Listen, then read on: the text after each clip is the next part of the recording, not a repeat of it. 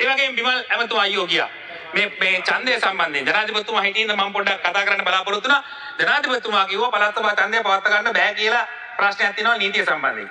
හැබැයි අපිට දැන් බල අරගලයක් පේනවා මේ පළවත්ත මේ මූලස්ථානේ මේ කළු මාල් මාෆියා මූලස්ථානේ කියලා කියන්නේ. පළවත්තේ තියෙනවා දැන් මොකද මං හිතන්නේ මේ ජනාධිපතිතුමාත් එක්ක පොඩි ඇගැස්ටියක් තියෙනවා විමල් මහත්තයා.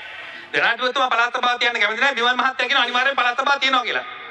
ජනාධිපතිතුමා මේ මැතිවරණයෙන් කොහොම හරි පරද්දලා මම එතුමාට කියන්නම් මම හිතන්නේ එතුමාත් මේක දැකලා තියෙනවා මේ ඊයේ පෙරේදා වැටුණු මේ ප්‍රාදේශ සභා ටික පඬුවස් නුවර පෙරදුනා මාලිමාව ඌව පරණගම පෙරදුනා පදියතලාව පෙරදුනා දොඩම්ගොඩ පෙරදුනා ඊට පස්සේ මම කියන සමුපකාර ඡන්ද ටික කොටබල පෙරදුනා අගනුකොළ පැලැස්ස පෙරදුනා බේරුවල පෙරදුනා වලස්සුවල පෙරදුනා 1 minute madam මොරටුව පෙරදුනා ගාල්ල පෙරදුනා හොරණ පෙරදුනා මිලනේ පෙරදුනා කැලණියේ පෙරදුනා අනුකුමාර මහත්තයා මොනවා කරත් දේශපාලන බුද්ධිය නියමයි එතුමා. ඔබතුමාලගේ හොඳම දේශපාලන වැඩ කරේ අනුකුමාර මහත්තයා. අනුකුමාර මහත්තයා දන්නවා දැන් ඡන්දයක් තිබ්බොත් කෙලවෙනවා. ඒ හින්දා මේ ඡන්දයක් අය තියන්නේ නැහැ. විමල් මහත්තයා ඇවිල්ලා කොහමද පත්තු කරලා කියනවා ඡන්දයක් ඉල්ලපල්ලා. ඡන්දයක් කියපල්ලා. එතකොට අනුර මහත්තයාට එතුමාට පොඩි ෆයිට් එකක් දීලා විමල් මහත්තයා ටිලි මහත්තයා එක සයිඩ් එක ලයින් එක. අපේ එතුමා කොහේ ඉන්නවද කියලා මම දන්නේ නැහැ.